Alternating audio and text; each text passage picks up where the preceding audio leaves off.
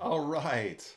Drop D tuning, super fun to do, super easy to do. Today we're going to learn how to do a handful of different tricks with this tuning that will take your playing to a whole new level.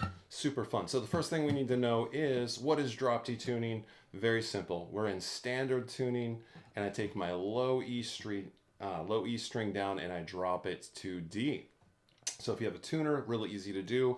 If you don't, you can just hit your open D string and then your low E string and match the two up so they sound about the same. See how those sound close to the same.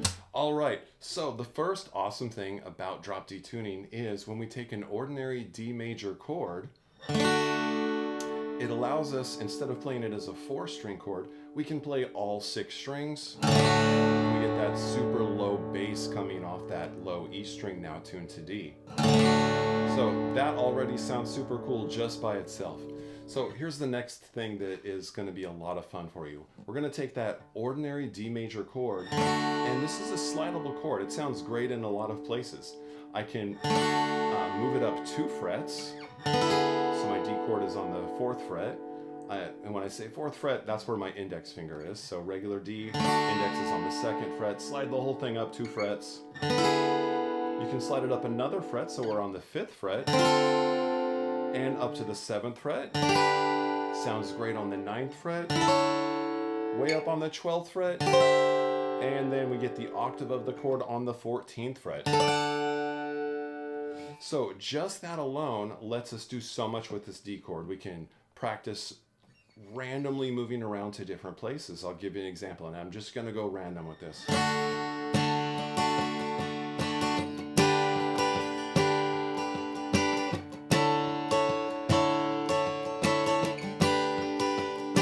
then 6-string strum. Bring that low bass in. There we go. So again, that is 2, 4, 5, 7, 9, 12, and 14. And that D chord will sound amazing in all those places. And if you know some regular D chord embellishments, like the sus4, where we add our pinky finger to the 3rd fret of the high E string, or we remove the middle finger off the chord, opening up the high E string, all those embellishments can be used in these different frets as well.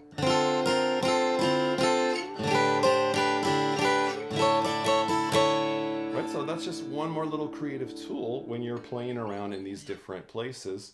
You could literally make an entire song out of just the D major chord by sliding it up, and that'll work even if you're not in the drop D tuning. So that's the first main component, is the D chord is slidable and the embellishments are usable in each of those different places. So there's going to be 3 things that we really look at, maybe 3 or 4, just to really bring this drop D tuning to life. So the second is, we maybe don't want to stay on the regular D chord the entire time. So I'm going to show you some real easy chords to make.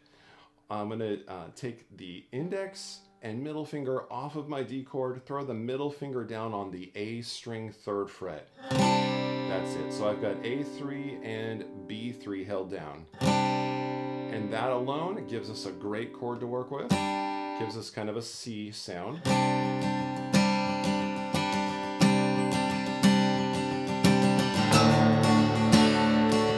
Back to the D chord. So, in addition to my slidable D, we've got that simple C shape. And if I want to mix it up a little further, I can bring this down to the 2nd fret on the A string instead of the 3rd fret. It gives us kind of a B over G sound. So I have D major, the simple C, and then the B note, making the B over G, and then right back to my D. Could write a great song with just those 3 simple chord shapes. So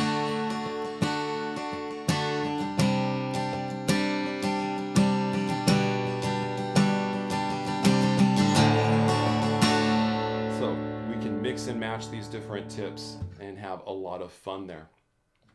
The second thing is we could also use the D string to walk down the 3 and the 2.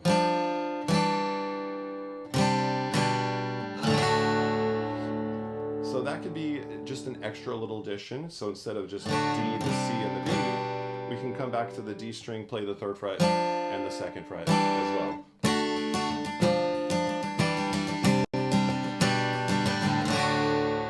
Okay, now the next great thing about drop D tuning is what it does to our top 3 strings. So just by playing the top 3 strings, we have a built-in power chord. So this is an open D power chord. And power chords are super fun. We'll do lessons on them down the road, but for today, this is just to change the chord. All we need is 1 finger flat across. So in drop D tuning, a great place to play around, a nice little playground, is the 3rd fret and the 5th fret. So I can play my D major chord, bar that 3rd fret, just strum the top 3 strings and the 5th fret, and I could create a whole type of rock rhythm or country rock rhythm with that. Just playing the D chord,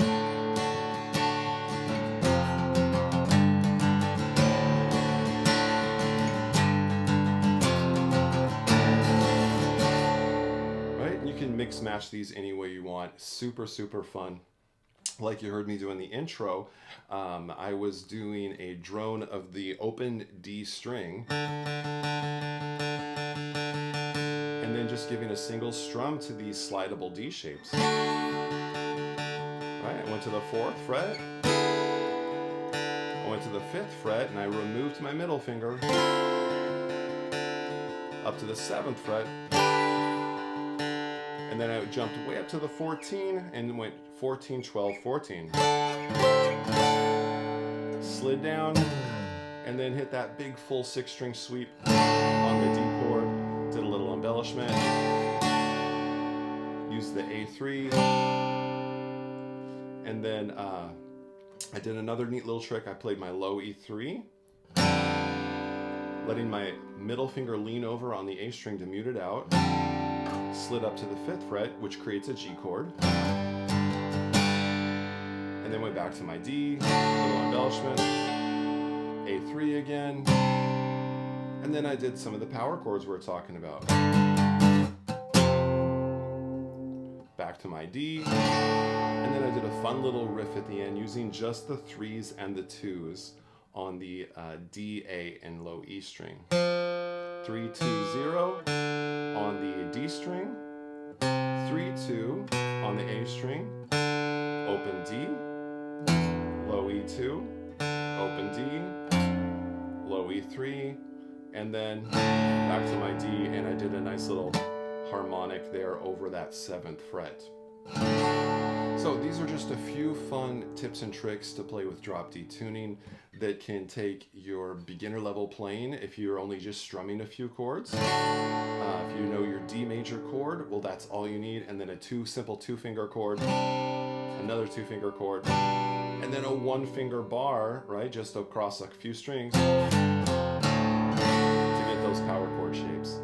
I want you to have fun with it, mix and match, see what you can create.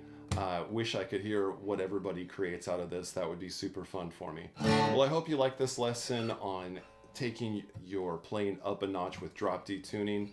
Stay tuned for more lessons from Guitar Lab. You guys have a great day.